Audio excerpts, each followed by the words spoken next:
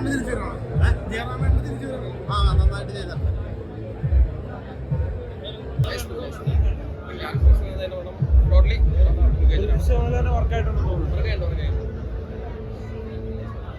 Movie സൂപ്പറായിട്ടുണ്ട്.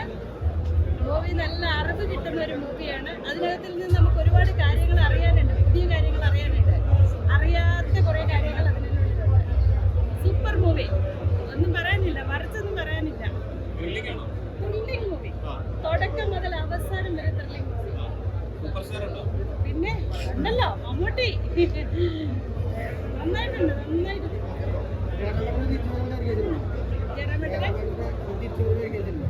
തീർച്ചയായിട്ടും പറയാനില്ല, നല്ല മൂവിയാണ്, അതിനപ്പുറത്തേക്കൊന്നും പറയാനില്ല. ഫസ്റ്റ് ഹാഫ് വരെ ജയറാമായിരുന്നു പടത്തില് മൊത്തം നിൽക്കുന്നത്. പക്ഷെ സെക്കൻഡ് ഹാഫ് ആയപ്പോ, അതായത് ഫസ്റ്റ് ഹാഫില് പ്രതിനെ പിടിച്ചു അങ്ങനത്തെ രീതിയിലാണ് വന്നത്. അതായത് സെക്കൻഡ് ഹാഫ് ആയപ്പോ മമ്മൂക്കയുടെ എൻട്രി കൂടി ആകുമ്പോഴല്ലോ ഇടലായിരുന്നു. സെക്കൻഡ് ഹാഫ് മൊത്തം കൊണ്ടായിരുന്നു മമ്മൂക്ക.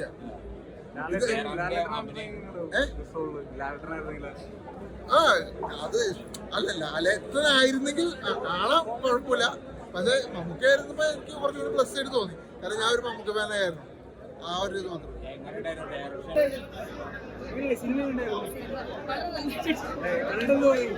ഭയങ്കര സന്തോഷമുണ്ട്, ഭയങ്കര ഹാപ്പിയാണ് കണ്ടിട്ട്. ഇപ്പോഴത്തെ തിയേറ്ററില് ഇതും അപ്പുറത്ത് നേരമാണ് അങ്ങനെ തോന്നുന്നു. സന്തോഷം നേരം കാണാൻ ഹൗസിലൊക്കെ കാണാൻ സോ ഹാപ്പി. ഇപ്പം നേരെ വന്നപ്പോഴാണ് നമുക്ക് നേരെ ഓടുന്നതാണ്. ഒരു ബിംബം മമ്മൂക്കയുടെ ഒരു റോൾ ഉണ്ടെന്ന് പറയുന്നുണ്ടല്ലോ. അത് നിങ്ങൾ കാണുക, നിങ്ങൾ കണ്ടിട്ട് പറയാം എങ്ങനെയാ. പടം നല്ലൊരു മെഡിക്കൽ ത്രില്ലറുണ്ട്. മെഡിക്കൽ ത്രില്ലറാണ്. കണ്ടാലും നല്ലൊരു ശ്രദ്ധിച്ചിരുന്ന് മനസ്സിലാക്കണം. നല്ലപോലെ സ്റ്റഡി ചെയ്താണ് പുള്ളി എടുത്തിരിക്കുന്നത്. നല്ല സമയമെടുത്ത് നല്ല തിരക്കഥയൊക്കെ നന്നായിട്ടാണ് പുള്ളി ചെയ്തിരിക്കുന്നത്. അതായത് ബാക്ക്ഗ്രൗണ്ട് സ്കോറും എല്ലാവരും അടിപൊളി. പിന്നെ ഇന്റർവ്യൂ കഴിഞ്ഞുള്ള സൂപ്പർ സ്റ്റാറിന്റെ വരവും തകർത്തിട്ടുണ്ട് കേട്ടോ. സൂപ്പറായിട്ടുണ്ട്, അടിപൊളി. ട്വിസ്റ്റ് എന്ന് പറഞ്ഞു കഴിഞ്ഞാല് ഒരു ഫ്ലോന്നുമല്ല, നമുക്ക് കണ്ടെടുക്കാൻ പറ്റില്ല സ്ക്രീനിൽ. കാരണം ജയറാമിന്റെ പെർഫോമൻസ് ഫസ്റ്റ് ഹാഫിൽ കണ്ടിന്യൂ ആയിട്ട് നിൽക്കുമ്പോൾ സെക്കൻഡ് ഹാഫിലേക്ക് വരുമ്പോഴേക്കും നമ്മുടെ ആ വില്ലന്റെ ഒരു ലെവലിലേക്ക് എത്തുമ്പോഴേക്കും ഉണ്ടല്ലോ, അതായത് നമ്മൾ തിയേറ്ററിൽ ഇരിക്കാൻ തോന്നില്ല. അതുപോലത്തെ എക്സ്പീരിയൻസ് എന്താണ് ബ്രോ, അതൊക്കെ ഒന്നും പറയാൻ പറ്റുന്നില്ല. അതൊക്കെ കാണണം, തിയേറ്ററിൽ വന്നു തന്നെ കാണണം, എന്നാലേ അതൊക്കെ ഒരു എഫക്റ്റ് കിട്ടത്തുള്ളൂ.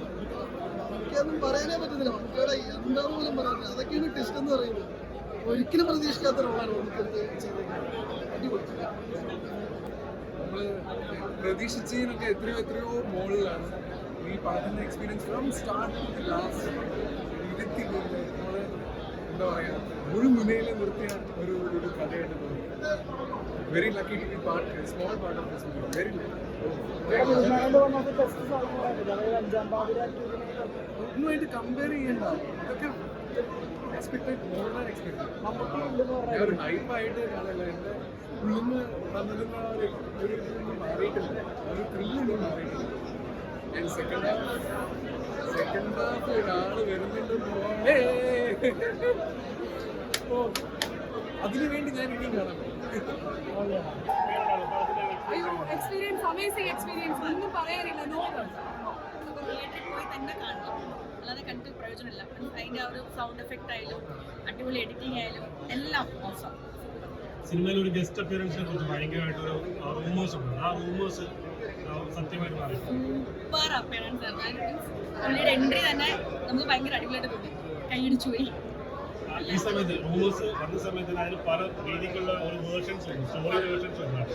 ലൈക്ക് നമുക്ക് ഇങ്ങനെയാണ്, അത് നിങ്ങൾ ഡയറക്റ്റ് പോയി കണ്ട് തന്നെ ചൂസ് ചെയ്യണം. എന്നാലും അത് നിങ്ങൾക്ക് മനസ്സിലാവും. ഭയങ്കര സസ്പെൻസ് ആണ്. ഓരോരോ സീനിലും നമ്മൾ നെക്സ്റ്റ് എന്തായിരിക്കും നമ്മളിങ്ങനെ തിങ്ക് ചെയ്യും, എന്തായിരിക്കും നെക്സ്റ്റ് വരാൻ പോകുന്നത് നമുക്ക് കണ്ട് തന്നെ അറിയണം. ഇപ്പൊ മുൻപ് ഉദയമാനുകളുടെ ഒരു മുന്നേ വന്ന പടം 5-ാം പതിൽ വരുമ്പോൾ ഭയങ്കര സസ്പെൻസ്, ഭയങ്കരമായിട്ടൊരു ബോക്സ് മൂവിയാണ്. ഇതും ആ ഒരു ടൈപ്പ് മൂവി തന്നെയാണ്. പോയി കാണുക, കണ്ട് എൻജോയ് ചെയ്യുക. പ്രത്യേകിച്ച് ഒന്നും ഞാൻ പറയുന്നില്ല, ഭയങ്കര സൂപ്പർ മൂവിയാണ്. ലാസ്റ്റ് വരെ, ക്ലൈമാക്സ് വരെ അടിക്കും.